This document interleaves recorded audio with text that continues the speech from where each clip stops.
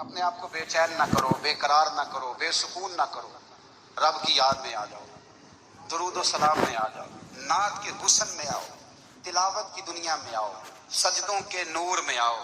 آؤ کبھی کھول کے دل مسجد کی صفائیاں کریں، آؤ آؤ نہ کبھی کوئی بوڑھا، دادی، نانی، دادا ان کے پاس بیٹھ کے پیر دبا کے اللہ کو راضی کریں۔ یہ کیف والی جگہ ہیں، یہ سرور والی جگہ ہیں۔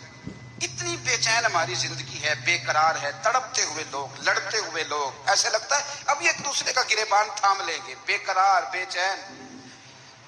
کسی کو انتظار کا کہا جانا کہ 10-20 منٹ کسی کا انتظار کرو، تو بعض لوگ مجھے ایسے لگتا ہے جیسے ان کا کلیجہ پھٹ جائے گا، ڈاکٹر کے انتظار میں بیٹھے ہیں تو بڑے پریشان ہیں۔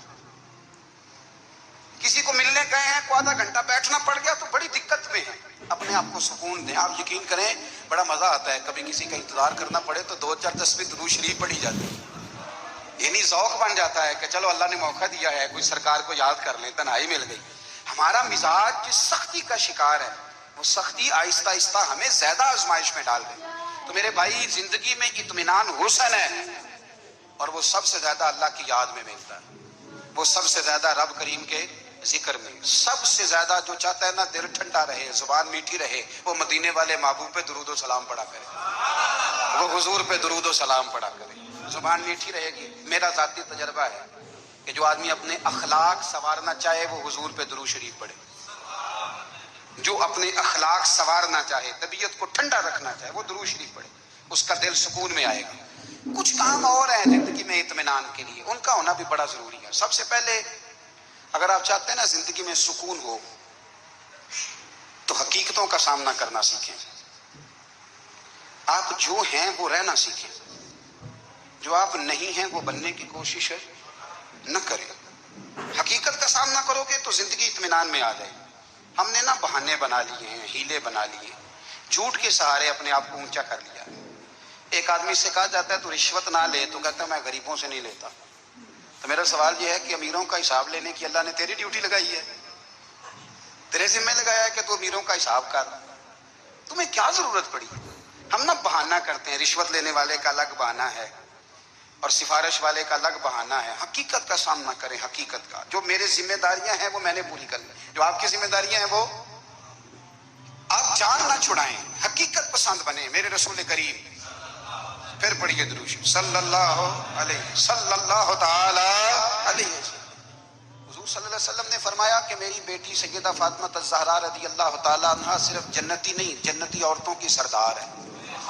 لیکن حضور نے یہ بھی فرمایا کہ فاطمہ یہ خیال رکھنا اگر اللہ نے حساب پوچھا تو حساب تم نے خود دینا ہے۔ حقیقت کی طرف توجہ کرائی حضور نے، وہ صرف جنتی نہیں، جنتی عورتوں کی سردار ہیں، پر حقیقت کی جانب توجہ۔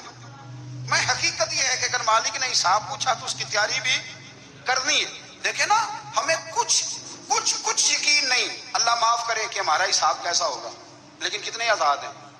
یعنی بڑی دلیری سے بندے کہتے ہیں فجر نہیں پڑھتا جی، 3 پڑھتا ہوں جی، شاہ رہ جاتی ہے جی، کپڑے صاف، بڑی دلیری سے۔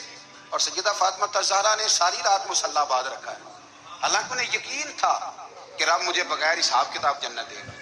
حقیقت کا سامنا کریں، جو حقوق آپ کے ہیں وہ آپ نے ادا کرنا ہے، جو ذمہ داریاں ہیں وہ ذمہ داریاں ہیں۔ دیکھیں نا، حضرت موسیٰ کلیم اللہ علیہ السلام کے پاس اسرائیل روح نکالنے آئے تو حضرت موسیٰ نے تھپڑ مارا، آنکھ نکال دی، واپس گئے۔ اللہ انہوں نے تو جلال فرمایا، کہا موسیٰ علیہ السلام سے کہیے بیل کی پشت پر ہاتھ رکھیں، جتنے بال ان کے دستے مبارک کے نیچے آئیں گے اتنے 1000 سال ان کی عمر بڑھا دی جائے گی۔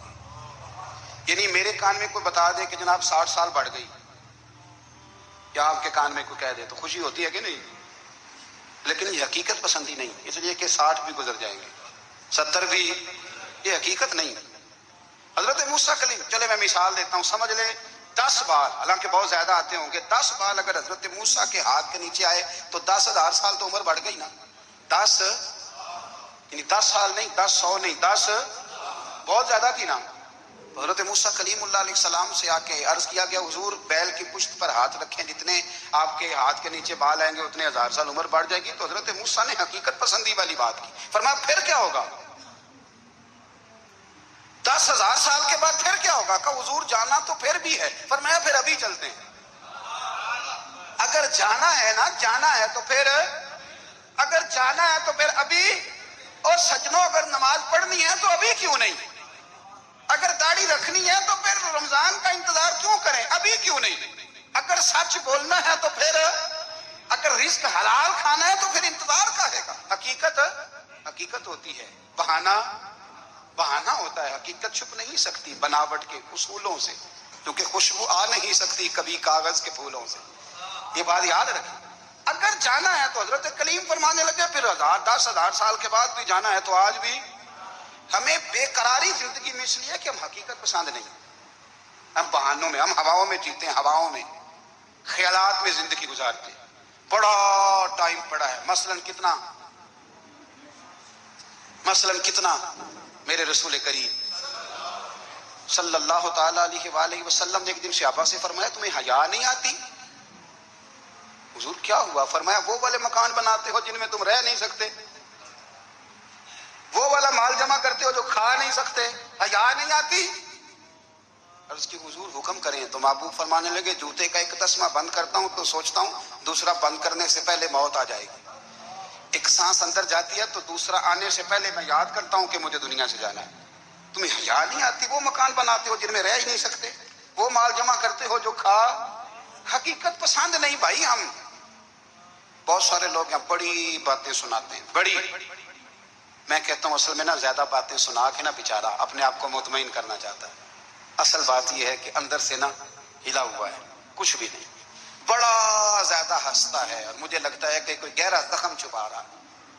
اس لیے ملمہ سازی، حقیقت پسند بنو، حقیقت پسند۔ یاد رکھنا من ترک صلاۃ متعمدا فقد کفر، میرے رسول نے حقیقت بیان کی، فرمایا جس نے ایک نماز بھی جان بوجھ کے چھوڑی اس نے رب کے رب ہونے کا انکار کیا، اس نے کفران نعمت کیا۔ یہ حقیقت ہے، کوئی کلیریفیکیشن نہیں، کوئی وضاحت نہیں۔ جو نماز نہیں پڑھتا جھوٹ بولتا ہے، غلط بیانی کرتا ہے۔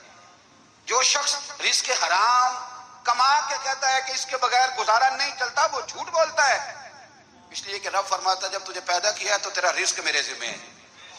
اللہ فرماتا ہے کہ لا یکلف اللہ نفسا الا وسعها، میں کسی پر وہ بوجھ نہیں ڈالتا جو اٹھا نہ سکے۔ نماز فرض کیا اس کا مطلب ہے ہم پڑھنے کے قابل ہیں، اس نے ہمارے ذمہ داریاں لگائی ہیں تو مطلب یہ ہے کہ ہم ذمہ داریاں ادا کرنے کے قابل ہیں، ورنہ وہ کہتا ہے میں وہ بوجھ ڈالتا ہی نہیں جو تجھ سے اٹھایا نہ جائے۔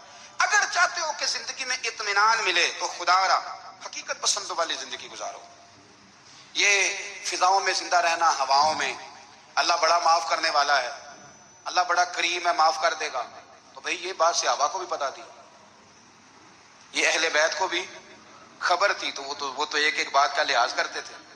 یہ غوث اعظم کو بھی پتا تھی، یہ ان کے والد کو بھی پتا تھی، جنہوں نے کسی کا ایک سیب کھا لیا تھا تو 12 سال اس کے گھر میں نوکری کرتے رہے، انہیں نہیں پتا تھا اللہ بڑا کریم ہے، معاف کر دے گا، ایک سیب ہی ہے نا۔ تو حقیقت پسندی آپ کو سکون دے گی، اور اگر آپ نے اپنے آپ کو غیر مطمئن کیا ہوا ہے، بات کچھ اور ہے، اور آپ نے اپنے آپ کو ڈال کسی اور طرف لیا ہے، تو پھر آپ کو سکون مل سکتا، سکون حقیقت پسندی میں، اصل میں سکون ہوتا ہے، اداکاری میں سکون نہیں ہوتا۔ تیسری بات سنیں، اگر آپ چاہتے ہیں زندگی میں مطمئن رہیں تو دنیا داروں سے امیدیں توڑ دیں، اللہ اور اس کے رسول سے امید وابستہ کریں، اولیاء اللہ سے امیدیں وابستہ کریں، صحابہ اور اہل بیت سے امیدیں، اللہ اور اللہ والوں سے امیدیں، دنیا داروں سے امیدیں۔ آپ کو پتہ ہے دنیا دار کی تباہی کب ہوتی ہے؟ جب انہیں خوشامدی مل جاتا ہے۔ چودھری کا بیڑا اس وقت غرق ہوتا ہے جب اسے چودھری کہنے والے زیادہ ہو جاتے ہیں۔ سیٹھ صاحب اور نواب صاحب بیچارے تباہ تب ہوتے ہیں بھولے پن میں، جب ان کے دائیں بائیں ریلا ہوتا ہے سیٹھ صاحب کہنے کا، لوگ انہیں کھانا چاہتے ہیں، پیار ان کا نہیں ہوتا، ان کی جیب کا ہوتا ہے، محبت ان سے نہیں ہوتی، ان کی کرسی سے ہوتی ہے، ضروریات کا پیار ہوتا ہے، تباہ کر دیا جاتا ہے۔ ہماری ساری توقعات دنیا داروں سے وابستہ ہو گئی ہیں، ناراض نہ ہونا۔